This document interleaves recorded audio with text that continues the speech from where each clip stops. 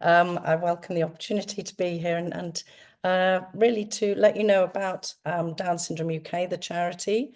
I'm going to start off with my personal story as to how I got involved, why I got involved, and then share with you some insights, some sort of research we've undertaken, and some of the sort of key findings.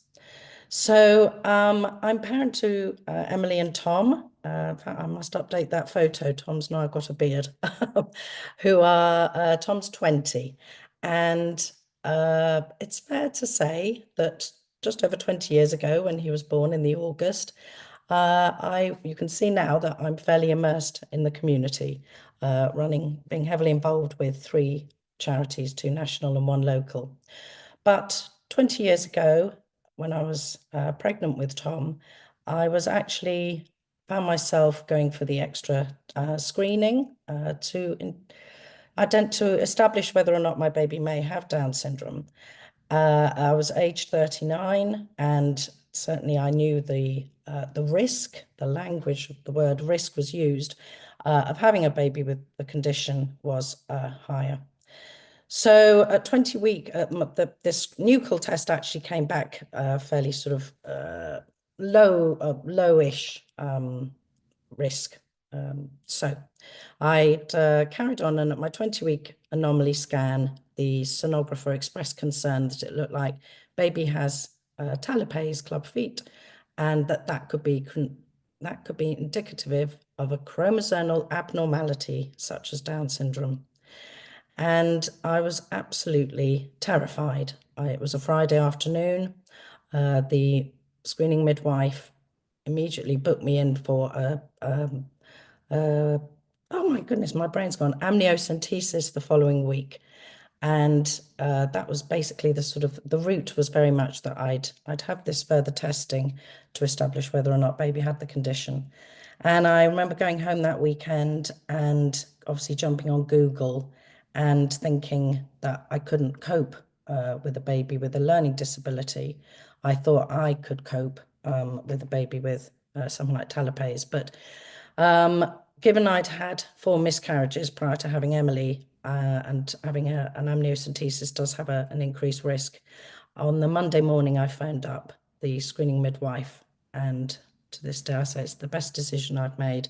I cancelled the test. So fast forward a few weeks, and Tom arrived on a Monday morning by elective section, and for 24 hours, I was absolutely euphoric. I had a beautiful little girl, and now this gorgeous baby boy. Almost 24 hours to the minute after Tom had been born, a paediatrician came across to the bay, and she expressed concern that they were worried that it looked like baby has Down syndrome. And it's fair to say that my world absolutely fell apart. I was desperately upset and felt so alone and so scared. And the hospital weren't able to offer me any meaningful support.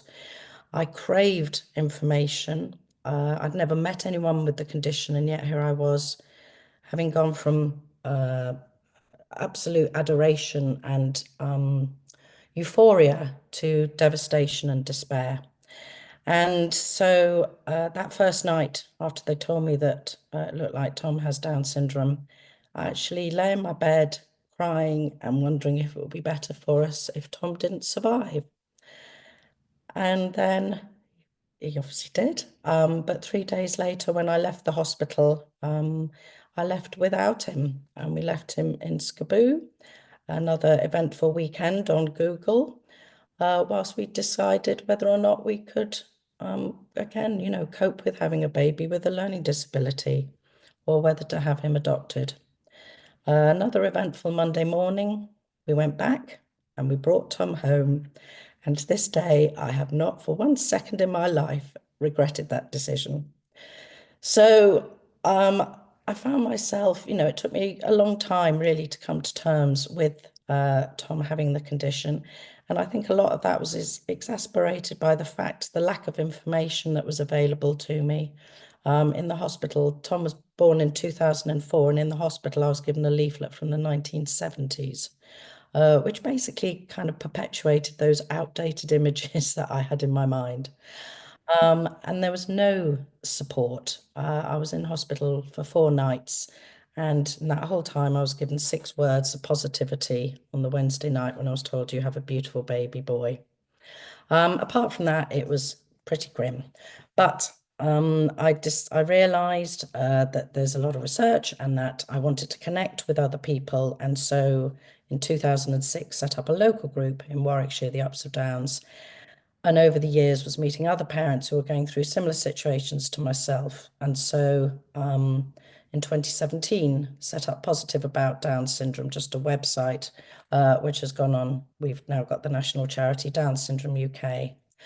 And so, as a charity, we've gone from, in the past sort of 5 years or so, we've really focused on working in maternity care to address the language, the use of the word risk, abnormality, disorder, all of that language has such negativity, and to sort of challenge some of the attitudes and to ensure that parents are receiving the information and support they deserve, and that the professionals have access to training and understanding. So as a charity, we believe fundamentally that we're working really hard to create a world where everyone with Down syndrome absolutely has the best opportunity to live the best life. As I've mentioned, we provide training both to our parents. I don't call it training to parents who want to be trained, but information sharing sessions and so on with our parents, and a lot with professionals in healthcare and education. We provide counselling to those parents who perhaps are expecting and struggling, although the majority of babies are diagnosed postnatally. So we do also offer support to new parents, both mums and dads, and indeed grandparents. The support we provide, I think, is exceptional, and something I kind of feel parents joining us online remotely, and I know we give them a big hug, and I can sort of sense their sigh of relief, realizing they're not alone. We do also campaign and lobby. Resources is key, and sharing information. And I can't read my screen. I think it says Macat on the bottom right-hand side. That's some other training we deliver. So it's really encouraging. We each year undertake some surveys to understand, what we're doing, and that parents, really value the work that we're doing. Really quick introduction, just in case someone doesn't know what Down syndrome is. It's a genetic condition, the most common, that it's literally just an extra copy. Our children and young people have a little extra. And children are born to women of all ages. Often people think, it's just older women, but in line with the rest of the population, the majority of babies are born to women under the age of 30 and to parents of all backgrounds. And for me, that's been a fabulous thing, connecting in the community. Everyone with Down syndrome will have a learning disability. And one of the main challenges is that their communication, their speech will be delayed. There are common physical characteristics, and many will have additional health needs, but also many don't. And please scrap the outdated stereotype that all children with Down syndrome are happy and loving. They certainly aren't. They experience all emotions the same as the rest of anyone else. So in 2019, having had a bad experience myself and reaching others, I kind of realized we needed to collate data to be able to publish it and not just, cite individual experiences. So we undertook a big survey, 1,410 women across the UK, and published that research. And some of the key findings were, in line with myself, that the majority weren't receiving any meaningful support. And at the time of diagnosis, and also, at the time of diagnosis, no information. And I guess one of the other key statistics I should state is that 90% of women, whilst who do have an antenatal diagnosis, go on to terminate. And as someone who was on that path, and certainly it was a consideration.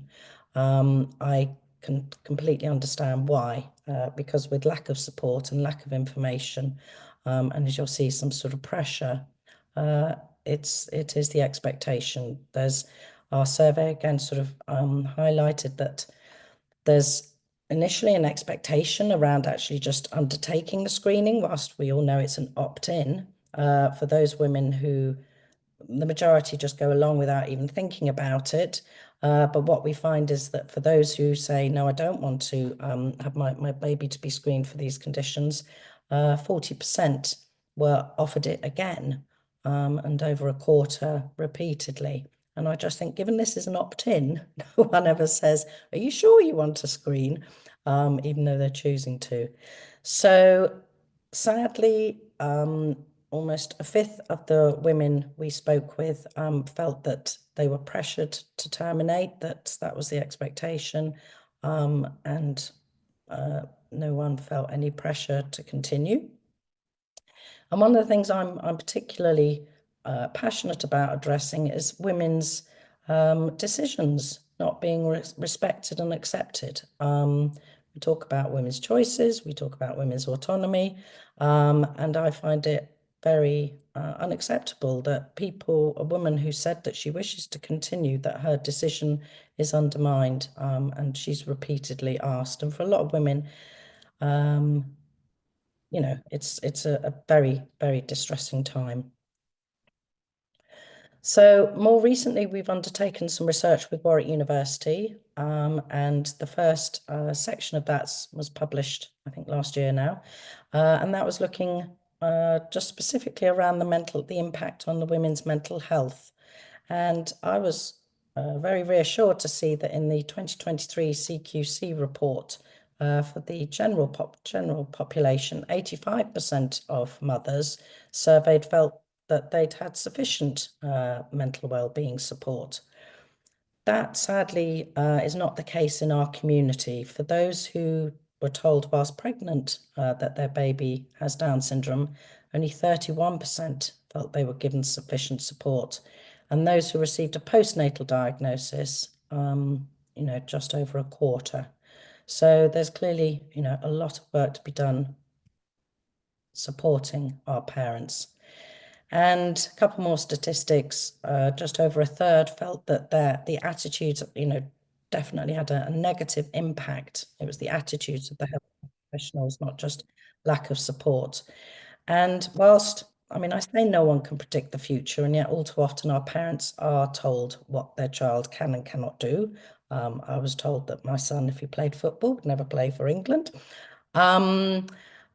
That 69% really felt that they needed more information, some sort of just general reassurance about their life going forward. And certainly for me, I can verify that. I was terrified about the future.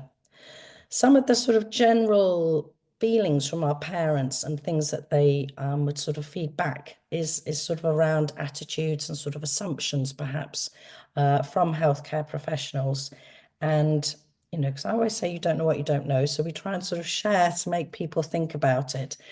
But often our children are they're sort of almost treated like this homogenous group I can remember various professionals saying to me, they do this, they don't do that. Women may be told they don't breastfeed. And actually, what's really important and is a key message, I think, is for parents always want their baby to be seen as the individual that they are. And yes, whilst in the context of baby having Down syndrome, not to make these sort of generalized comments and sort of sweeping statements, to see past the condition. I think that's one of the big things. And to, not just focus on the negative things, the potential challenges and issues, but to see beyond those, and to give parents hope, and have high expectations. My goodness me, Tom has smashed all my expectations out the park. I should say now, he's 20, he's living his best life. He's trained, qualified as a fitness coach, ready to leave home, and he had a girlfriend, but they split up last year. But he's very keen to get married. Language. I can't underestimate how the impact of language. I can remember, as I said, chromosomal abnormality, risk, all those words. I'd never met anyone with the condition, and yet I was, of the belief that having a baby with Down syndrome was to be avoided, and that I'm sure was. Partly my lack of life experiences and the sort of fact of segregation, but definitely the language used by healthcare professionals. So we don't, we have undertaken freedom of information. So it was something like when we last did it, 46% of healthcare trusts were still using the word risk when sending out screening letters. We're just repeating that early this year. Don't refer to abnormality, problem, disorder. Please just see Down syndrome is just a difference. My son has a different genetic makeup to my daughter. And I can remember speaking to some lecturers, and they were telling me about a course that was around breaking bad news. And, again, it's a mindset thing. We prefer to sort of advocate the use, think about sharing. You're sharing news. The news may be unexpected, and it's different about what people were expecting. But if you go in with the mindset that you're breaking news, that's only ever negative. And normal isn't, again, for parents, if they sort of are told, well, your baby is not normal, so we use the word typical. And our community prefer to always use person first language. So Tom has Down syndrome. It's not Tom is Down syndrome, or the Downs boy, sorry, that was slightly separate different. So briefly, just to sort of finish, as a charity, we provide, as I said, a lot of support.